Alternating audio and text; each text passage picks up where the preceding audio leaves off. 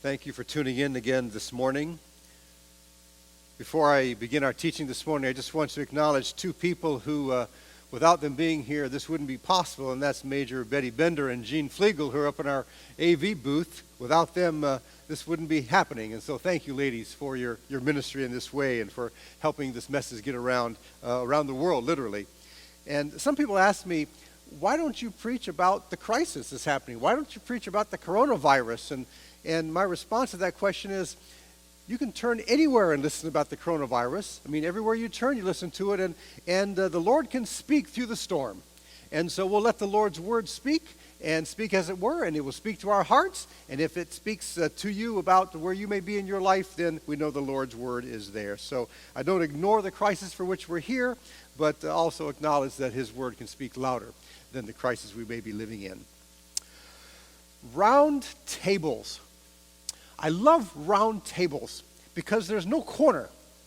And Major Pam would always say there's always room for one more at a round table because no one sits on the corner. Now, of course, if you sit at a round table, you got to be 6 feet apart, so maybe only two people can fit at a round table nowadays. But once this passes, there's always room at a round table because there's no corner. Jesus, through his ministry, said over and over, in essence, from his actions and what he says, listen, there's room at my table. We see all the way through Christ's ministries number of times when he says, there's room at my table. He told a couple of fishermen, laborers, smelly, leather-skinned fishermen, he said to them, follow me, and you will catch men. He said, there's room for you. He told an IRS man, Matthew the tax collector, he said, the man was a representative of the Roman government. He said to this tax collector, Matt, there's room for you too. He met a leper with a skin disease who was untouchable. And no one could touch him. No one could get near him. And whenever he walked around, he would say, unclean, unclean. That was his call to tell people to leave him. And Jesus touched him and made him clean and said, in essence, there's room for you at my table. He met a centurion, a Roman warrior, who asked that his servant be healed. And he said to this Roman warrior, he said, your faith is greater than I have seen. There's room for you at my table. He was at dinner with a religious leader, and well-to-do people were around. The important people of the community were there, and they were watching him. And in walks a woman. Everyone knew the life this woman had led. They could tell by what she was wearing that she had a reputation. And she worshiped Jesus by pouring perfume on him. And everyone looked down on her and raised their eyebrows. And Jesus said to her, your sins are forgiven. There's room for you as well. And the Pharisees, the church police, said to him, listen, we are following the list.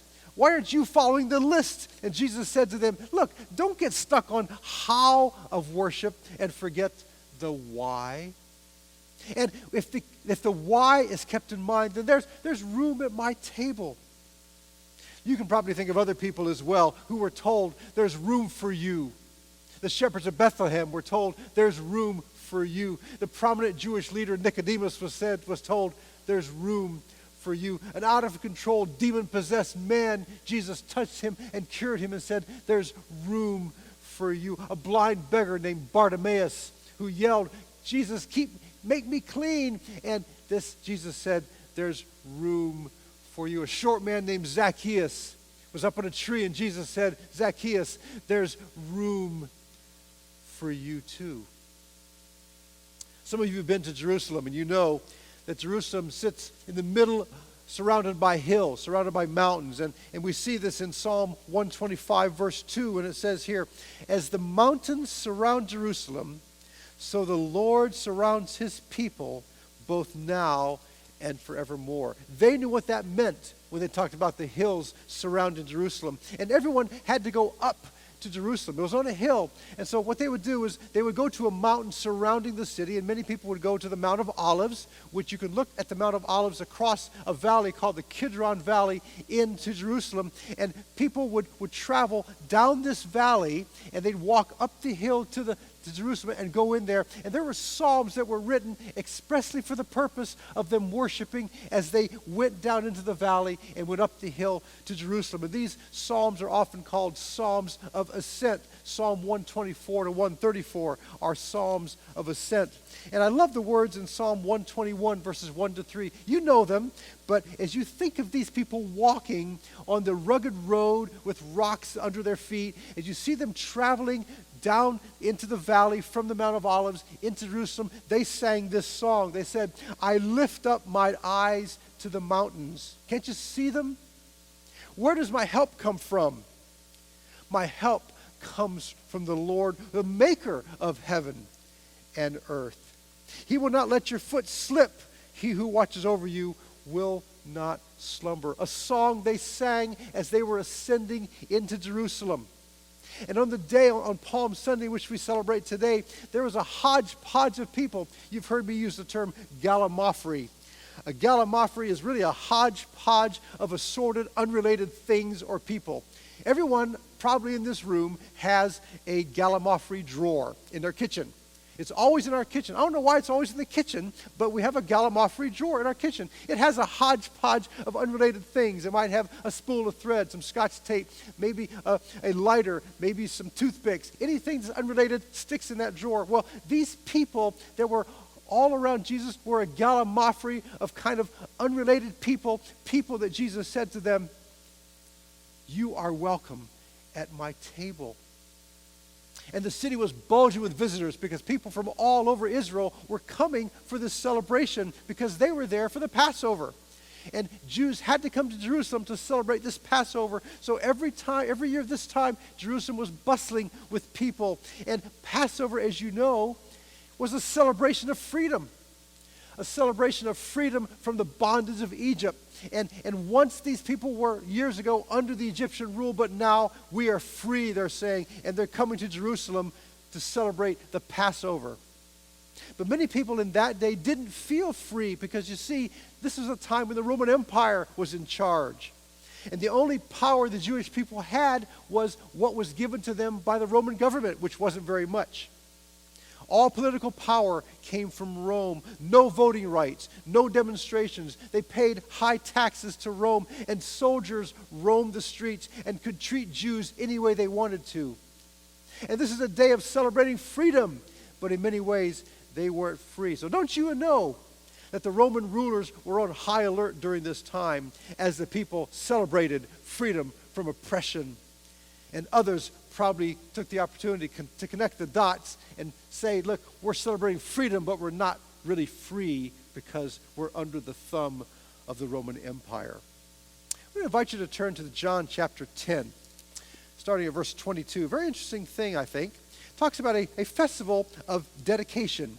John 10:22, verses 22 and 23 says this. Then came the festival of dedication at Jerusalem. It was winter, and Jesus was in the temple courts walking in Solomon's colonnade. What celebration do the Jews celebrate today in winter? You and I know it as Hanukkah. Jesus celebrated Hanukkah because the word Hanukkah, I'm told, translated means dedication. So Jesus celebrated Hanukkah as indicated in John chapter 10. So what is Hanukkah? As you may recall from your own history lesson, that between Malachi and Matthew, during the intertestamental period, those 400 years between the Old and the New Testaments, there was an uprising. And the Greeks took over Jerusalem, and they worshipped pagan gods in the temple. And they desecrated the temple of God that was there. And the Jews revolted, and they took back Jerusalem. They took back the temple, and they had to cleanse and dedicate the temple, thus the celebration of dedication, Hanukkah, because they had to use it again for God. What's significant, though, I think, is that historically, when they marched back into Jerusalem to take the temple over from the Greeks, they waved palm branches. And John chapter 12, verse 13 tells us that when they were gathering here to celebrate Jesus, celebrate freedom, they were waving palm branches. Don't you know the Roman people saw this crowd gathering, saw the palm branches gathering, and they were saying, "Blessed is the King of Israel. The Romans did not want to hear that. Blessed is he who comes in the name of the Lord, and waving palm branches, just like some 200 years before when they took back Jerusalem. Don't you know those Roman guards were on high alert, watching this gallimaufry of people waving palm branches as Jesus came down the Mount of Olives through the Kidron Valley and up into Jerusalem. What a day of celebration it was. Celebrating victory over bondage, yes, from Egypt, but a victory also from sin, greed, and anger, and addiction, and pride. A day of celebration that we can celebrate on this Palm Sunday. But it's not all good.